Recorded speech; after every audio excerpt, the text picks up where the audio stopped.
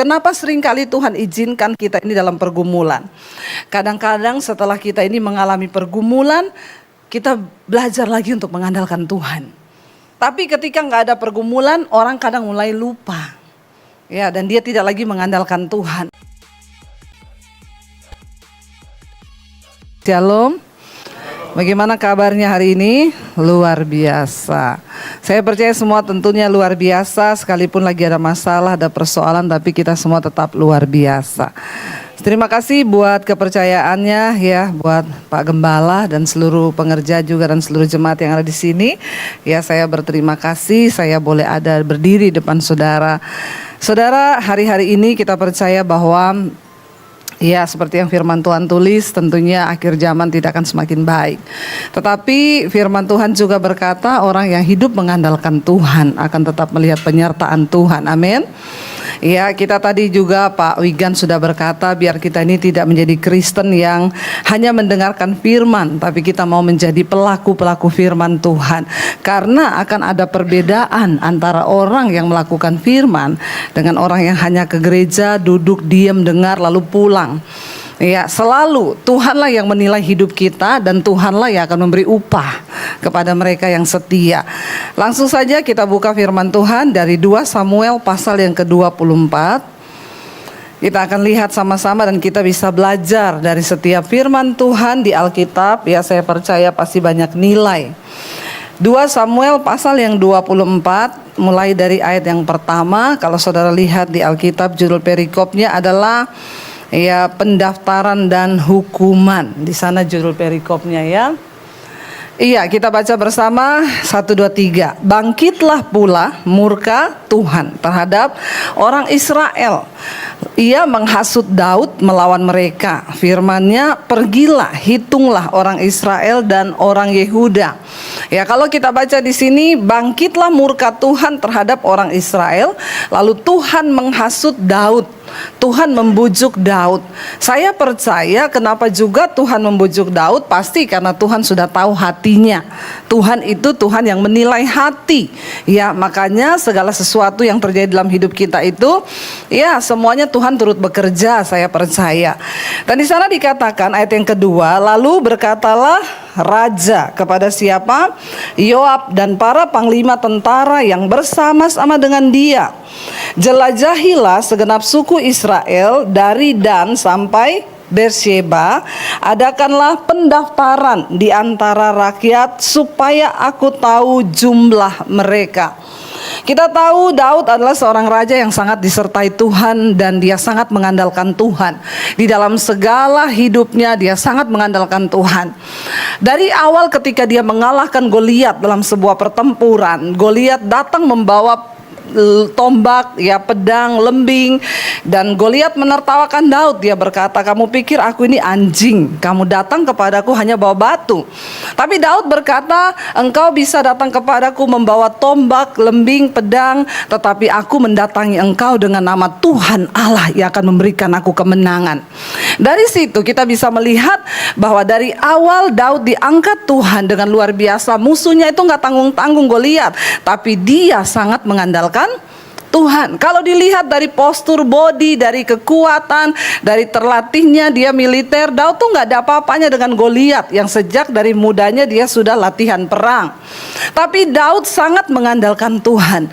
Justru di saat ketika Daud sudah dikokohkan kerajaannya, dia mulai meragukan Tuhan.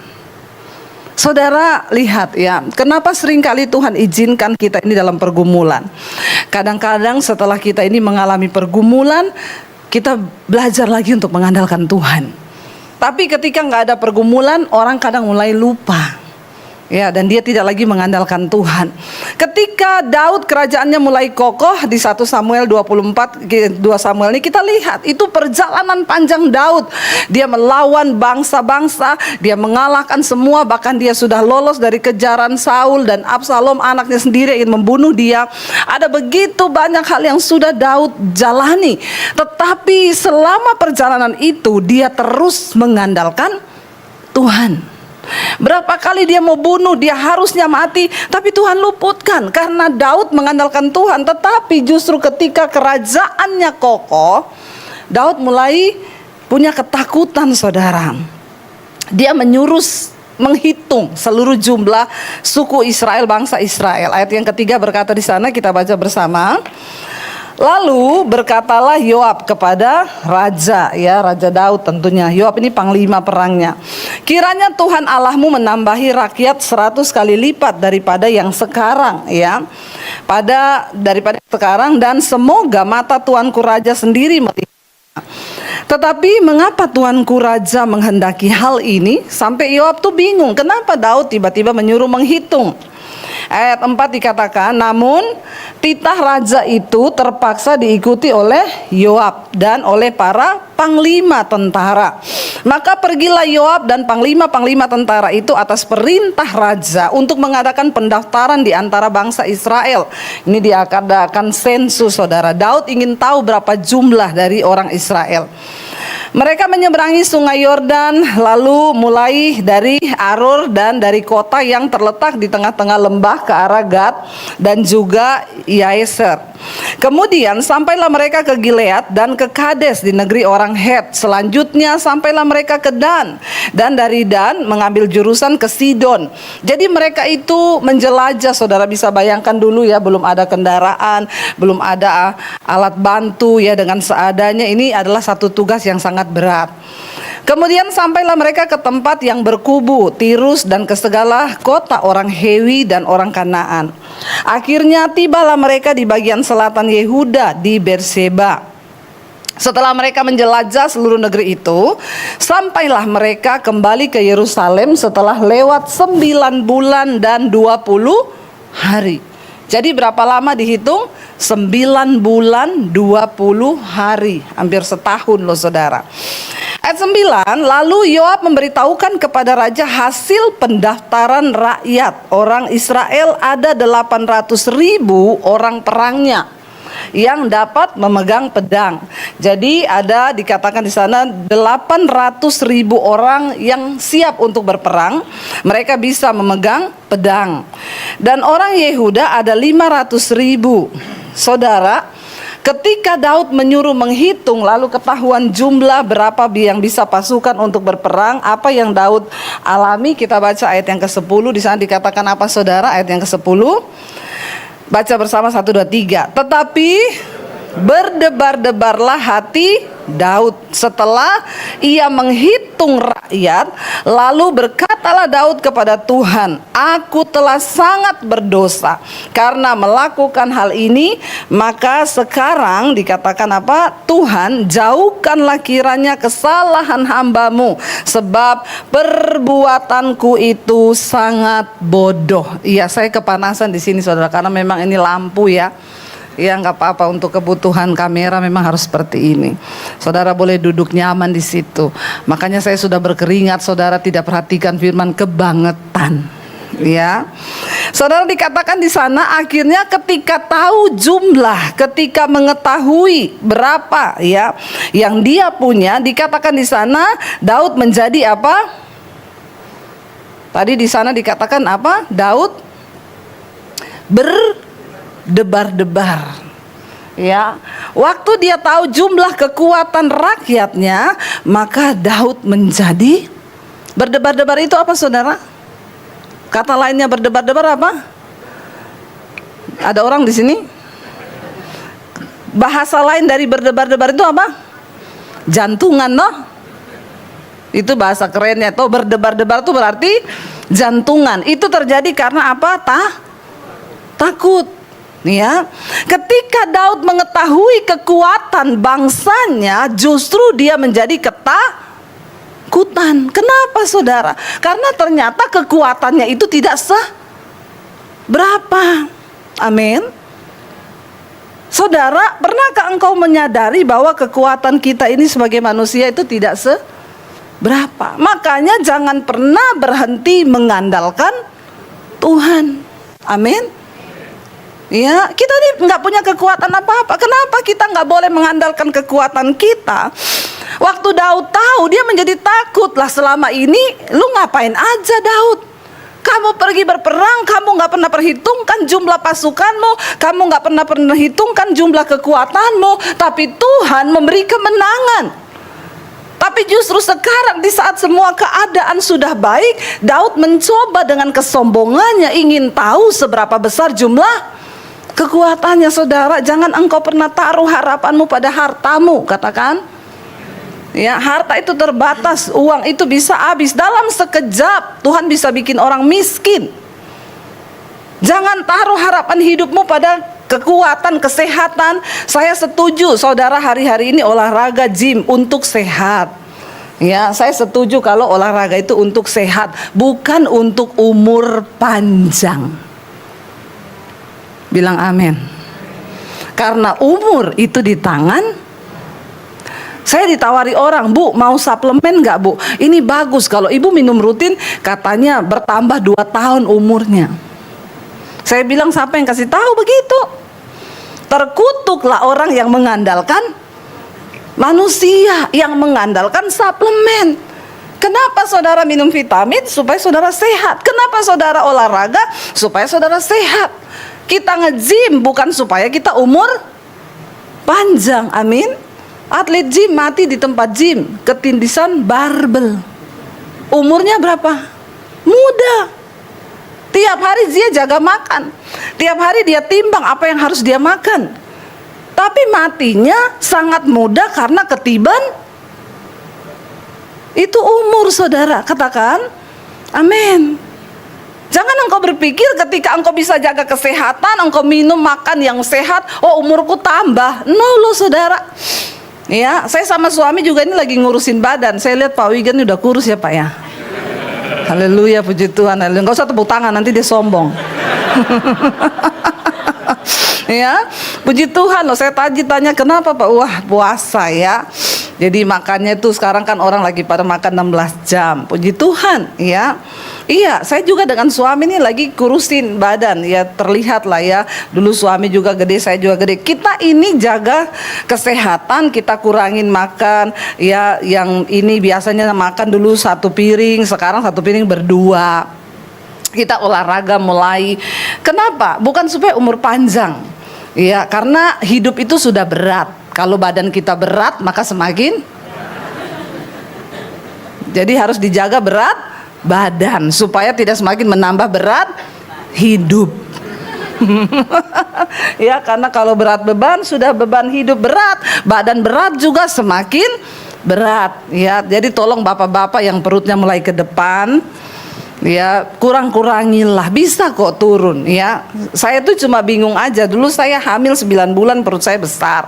Saya kalau lihat bapak-bapak yang perutnya besar tuh saya bilang sama suami, bapak itu nggak capek ya? Saya aja dulu hamil capek loh, saya bawa perut 9 bulan loh, masa bapak itu nggak capek ya? Jadi saudara tolonglah dijaga. Kami menjaga hidup hari ini bukan supaya umur panjang, supaya kita nih hidup sehat. Ya, karena hidup ini berat, kita harus berjuang dengan hidup.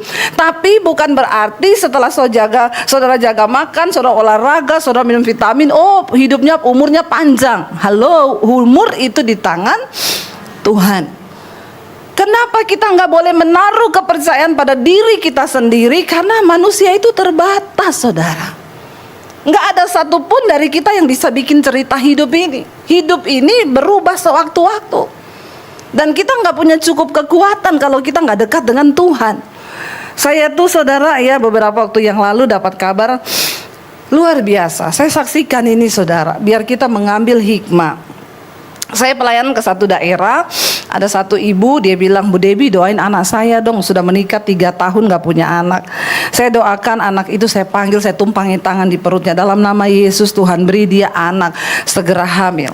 Saya pulang dari daerah itu, sebulan kemudian dia hamil saudara. Dia hamil, melahirkan, baru beberapa waktu yang lalu dia melahirkan, anaknya baru 1,5 bulan. Jadi ketika ibunya ini, neneknya ya, kan seneng dapat cucu, dan ini anak satu-satunya lagi, cucu dari anak satu-satunya. Lahir, neneknya ini lagi seneng menimang cucu, tiba-tiba sakit neneknya ini. Periksa ke dokter, divonis kena cancer, stadium akhir. Dari kisah yang begitu menyenangkan tiba-tiba berubah menjadi kisah yang Menyedihkan. Lalu dia harus berobat ke luar kota. Ketika dia berobat ke luar kota, anaknya yang punya anak itu, yang baru melahirkan, anaknya perempuan, meninggal dunia. Tragis, saudara. Tiba-tiba neneknya ini harus pulang karena penguburan anaknya, tapi dia nggak dikasih tahu kalau anaknya itu meninggal. Jadi dia pulang ke rumahnya, kok rame, banyak orang. Saya dikirimin videonya, saya lihat. Dia bilang, kenapa banyak orang di rumah? Mereka mau menyambut kamu pulang. Ketika masuk di rumah, dia sangat syok dan kaget melihat anak perempuannya terbaring, ya, sudah tidak bernyawa, tinggal jenazah. Kisah hidup yang tadinya begitu luar biasa, bahagia, anak satu-satunya melahirkan, tiba-tiba semuanya berubah menjadi hanya dalam waktu sekejap. Ya, cucunya baru berumur 1,5 bulan hari ini, ditinggal oleh ibunya, dan sekarang ya omanya ini harus berobat karena cancer.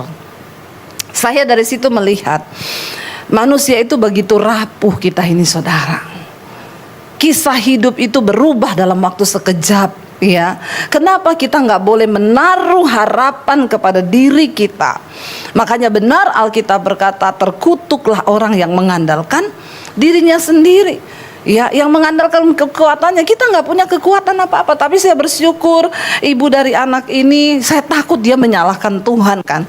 Bayangkan di dalam keadaan yang dia lagi happy, tiba-tiba dapat kabar seperti itu, dia sakit, anaknya meninggal. Saya takut dia akan berkata, di mana Tuhan? Saya nggak percaya Tuhan. Waktu saya telepon saudara, dia nangis, dia bilang, iya Bu Debbie, iya, saya harus semakin dekat dengan Tuhan, Bu.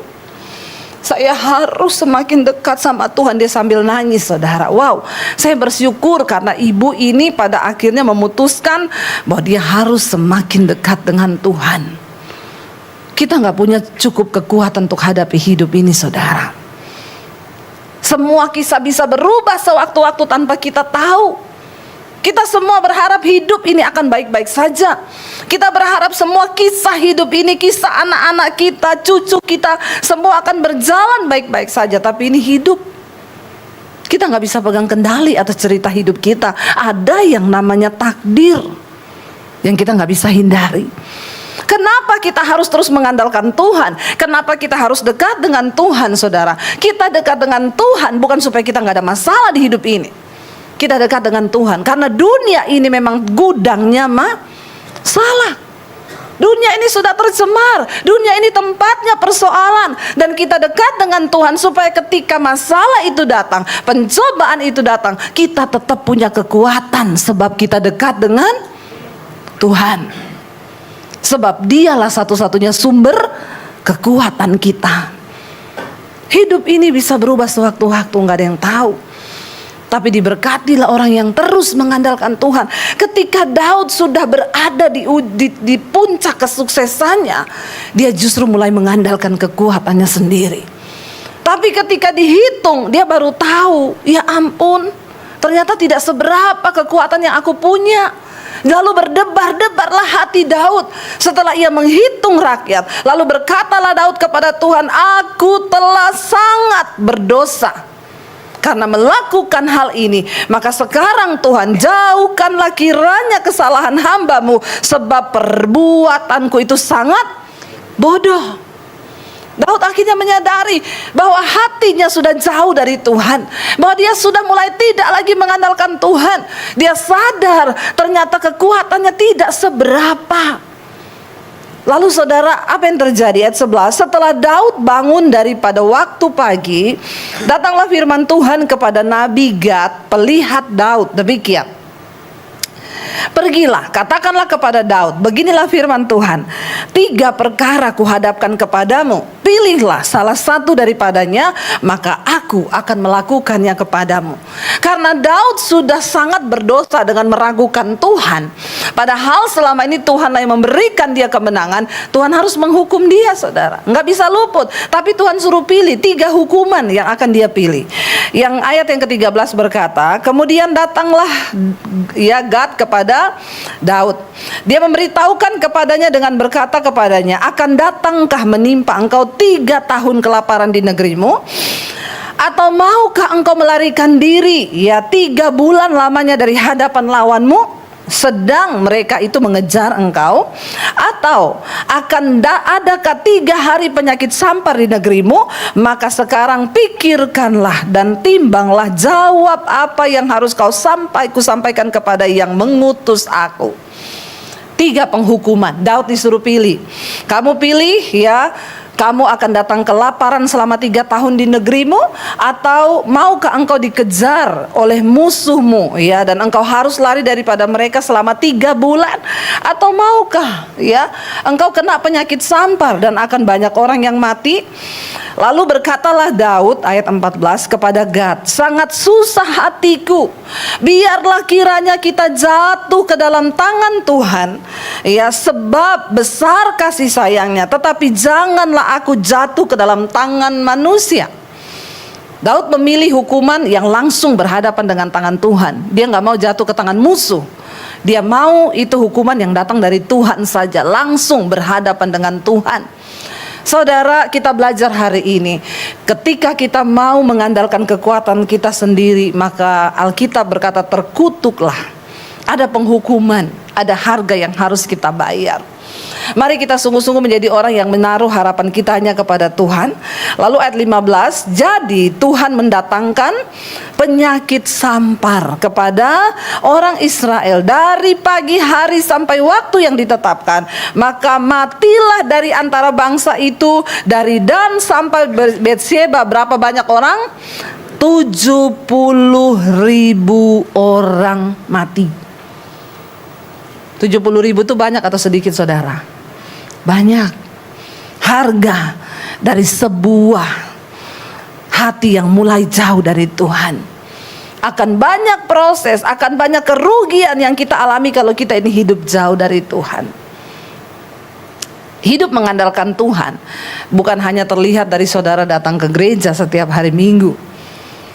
Hidup mengandalkan Tuhan, ya, bukan hanya KTP-mu tercatat sebagai orang Kristen, tapi hidup mengandalkan Tuhan. Engkau terus menyerahkan waktumu kepada Tuhan. Engkau terus bergantung. Setiap keputusan bisnis, doakan, bawa di tangan Tuhan.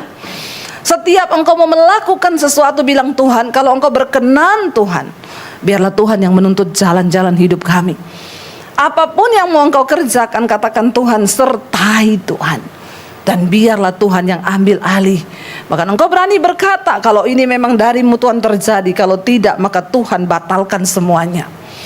Dan orang yang hidup mengandalkan Tuhan, mereka pasti mengalami hal-hal yang luar biasa. Ayat yang ke-16 dikatakan, ketika malaikat mengacungkan tangannya ke Yerusalem untuk memusnahkannya, maka menyesallah Tuhan karena malapetaka itu. Lalu ia berfirman kepada malaikat yang mendatangkan kemusnahan kepada bangsa itu, cukup, turunkanlah sekarang tanganmu itu. Pada waktu itu malaikat Tuhan itu ada dekat tempat pengirikan Arauna orang Yebus. Mengapa Daud memilih untuk jatuh dalam penghukuman langsung dari tangan Tuhan? Karena Daud berkata, Tuhan itu penuh dengan kasih dan pengampunan. Dia bisa menyesal atas penghukuman. Ketika malaikat itu mau mengacungkan pedangnya atas Yerusalem agar mereka mati kena penyakit sampar, Tuhan berkata dia menyesal. Lalu berhenti, makanya hanya 70.000 orang yang mati. Sebenarnya akan bisa banyak yang mati. Kita nggak pernah tahu, dunia berganti, kita sudah melewati COVID. Ya, mungkin juga COVID itu adalah malaikat sedang mengacungkan pedangnya atas bumi ini, nggak ada yang tahu. Tapi Tuhan yang paling tahu. Kalau kita masih ada, ditinggalkan hidup sampai hari ini, saya percaya ada maksud Tuhan dalam hidup kita. Saudara, engkau hidup bukan hanya untuk hidup bagi dirimu sendiri. Satu saat kita semua akan mati. Kita akan menghadap Tuhan. Tapi apa yang sudah kita lakukan selama kita hidup?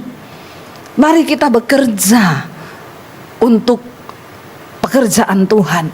Mari kita berlomba, tanya kepada Tuhan, apa yang harus aku lakukan Tuhan bagi kerajaan-Mu?